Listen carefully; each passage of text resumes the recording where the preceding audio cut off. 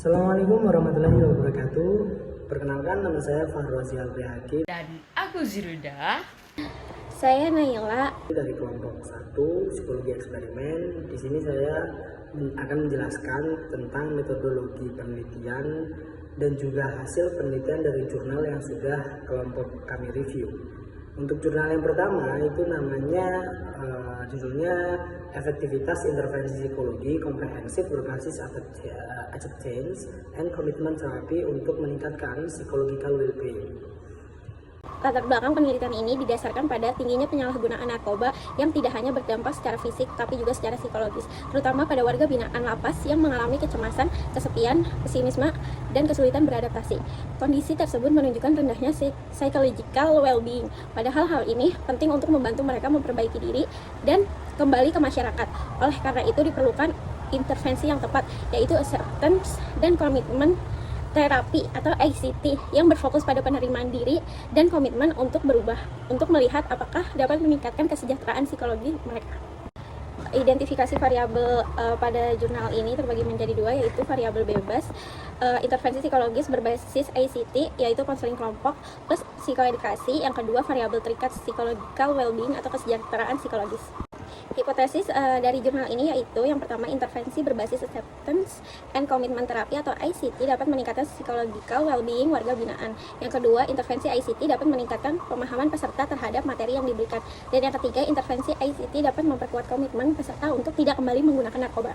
Dalam metodologi penelitian ini itu ada beberapa penjelasan seperti partisipan atau subjek penelitian, desain yang digunakan, dan juga pengukuran variabel independen. Nantinya juga akan ada prosedur eksperimennya itu seperti apa. Nah, di jurnal kali ini untuk partisipan dan juga subjek itu ternyata kami menemukan bahwa di dalamnya itu tidak ada kelompok kontrol, jadi hanya ada kelompok eksperimen saja. Nah, jumlah dari kelompok eksperimen ini berjumlahkan 16 warga binaan yang menggunakan kayak teknik yang digunakan itu purposive sampling. Nah, di dalam kriteria subjek itu ada usianya itu 21 sampai 27 tahun. Sudah menjalani 2 sampai 3 masa tahanan. Terus juga sisa hukuman kurang dari 5 tahun. Ini kan cukup variatif ya.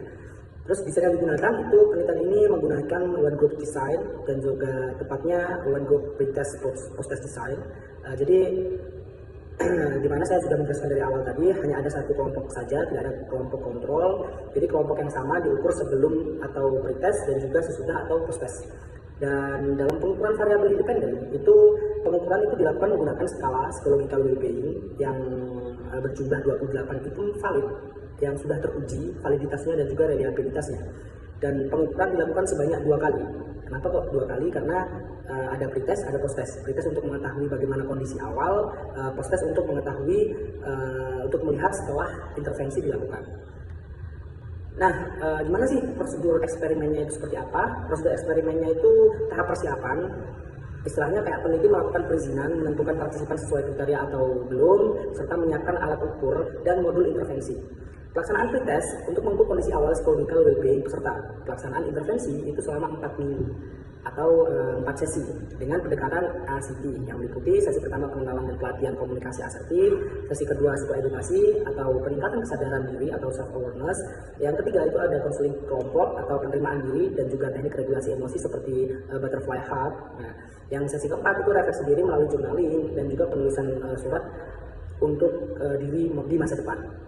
Pelaksanaan post-test itu untuk mengukur kondisi setelah intervensi, monitoring dan juga evaluasi hasil intervensinya seperti apa. Setelah itu juga analisis data dengan membandingkan hasil pretest dan juga post-test menggunakan paired sample test. Nah, hasil dari penelitian ini itu apa sih? Nah, kira-kira. Jadi pada variabel psychological well-being itu terjadi peningkatan rata-rata skor dari 102,44 itu saat pretest menjadi 107,06 saat post-test. Tetapi hasil uji statistik menunjukkan tidak signifikan dengan nilai T sama dengan 1,794 dan P itu lebih dari 0,05, yang artinya intervensi ACT itu belum berhasil meningkatkan psychological well-being psikologis secara signifikan. Pada aspek pengetahuan, hasil analisis juga menunjukkan tidak signifikan di lebih 0,05, sehingga peningkatan yang terjadi tidak cukup kuat secara statistik.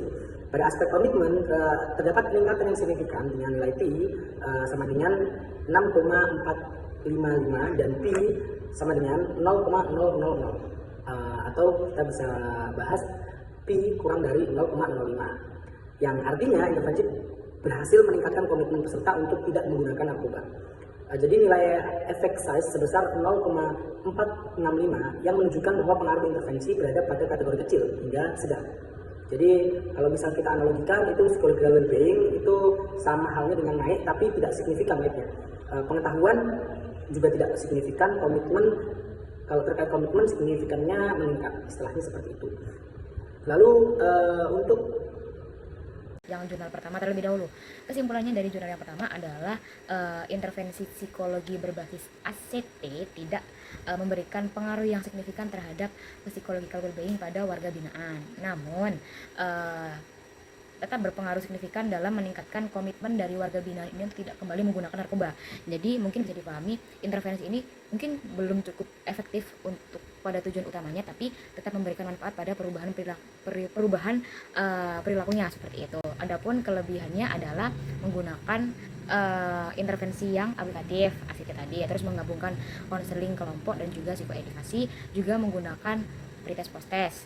Namun kekurangannya adalah tidak menggunakan kelompok kontrol, terus jumlah sampelnya yang relatif sedikit, durasi intervensinya itu relatif singkat, cuma 4 minggu, terus hasil pada variabel utamanya itu tidak signifikan, seperti itu. Untuk pembahasan dari jurnal kami yang kedua itu ada judulnya A Randomized Control Trial of Computerized Cognitive Training to Improve Working Memory in Individuals with Elevated Repetitive Negative Thinking Behavioral and Neural Outcomes. Latar belakang penelitian ini dilatar belakangi oleh fenomena repetitif negative thinking atau RNT, yaitu pola berpikir negatif yang berulang, menetap, dan sulit dikendalikan, yang umum ditemukan pada individu dengan gangguan psikologi seperti depresi, kecemasan, dan stres traumatis. RNT tidak hanya berperan sebagai gejala, tetapi juga sebagai faktor yang memperburuk kondisi psikologis serta meningkatkan risiko kekambuhan setelah terapi. Secara teoritis, kondisi ini berkaitan dengan disfungsi pada eksekutif functioning, khususnya dalam kemampuan mengelola working memory, di mana individu kesulitan menghambat atau menghapus informasi negatif dari pikirannya sehingga terjebak dalam siklus pemikiran negatif yang terus berulang. Berangkat dari permasalahan tersebut, berkembang pendekatan intervensi berbasis kognitif seperti Working Memory Training atau WMT yang bertujuan meningkatkan kapasitas memori kerja melalui latihan terstruktur berbasis komputer. Namun hasil penelitian sebelumnya masih menunjukkan inkonsistensi terkait efektivitas intervensi ini, terutama pada individu dengan tingkat RNT yang tinggi.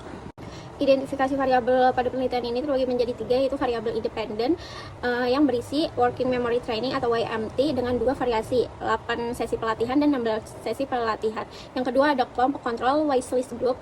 Variabel ini merupakan perlakuan utama yang diberikan kepada partisipan. Yang kedua ada variabel dependen, meliputi kapasitas working memory perilaku diukur menggunakan Operation Span Text atau OSPAN.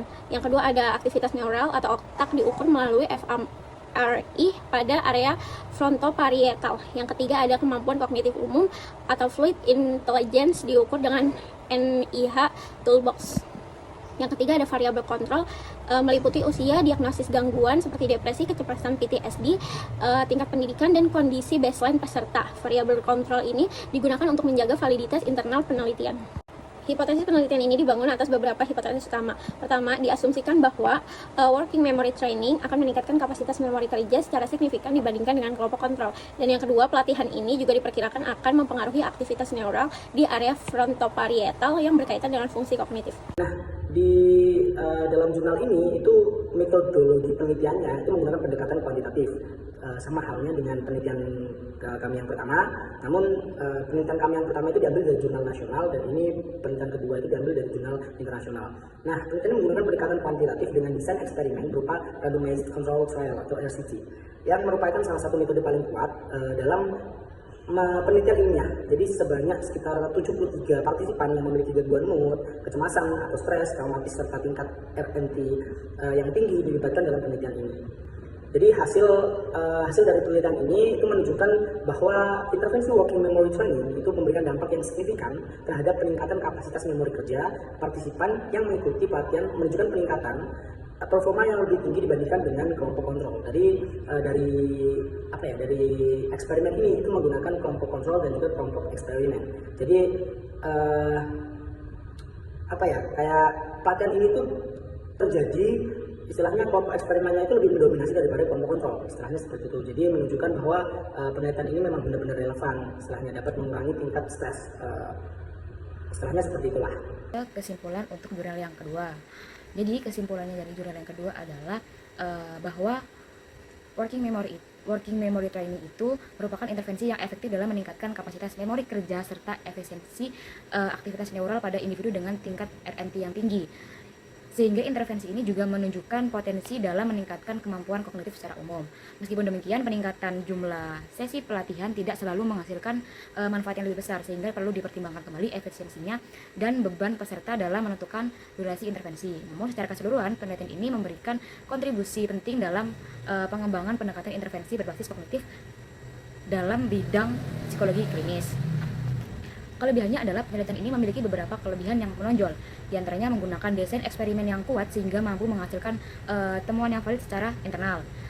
Terus penelitian ini juga menggabungkan pendekatan perilaku dan neural sehingga memberikan gambaran yang lebih komprehensif mengenai efek intervensi. Pendekatan transdiagnostik yang digunakan juga menjadi nilai tambahan karena memungkinkan hasil penelitian diterapkan pada berbagai jenis gangguan psikologis. Lalu adapun kekurangannya adalah penelitian ini memiliki penggunaan kelompok kontrol waitlist tanpa adanya kelompok kontrol aktif yang membuat kemungkinan efek placebo belum sepenuhnya tereliminasi. Selain itu, ukuran sampelnya juga relatif kecil sehingga membatasi generalisasi dari hasil penelitian.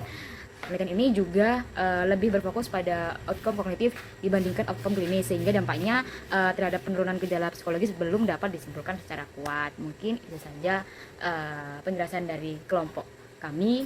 Kurang lebihnya saya memohon maaf. Akhirul kalam, wassalamualaikum warahmatullahi wabarakatuh.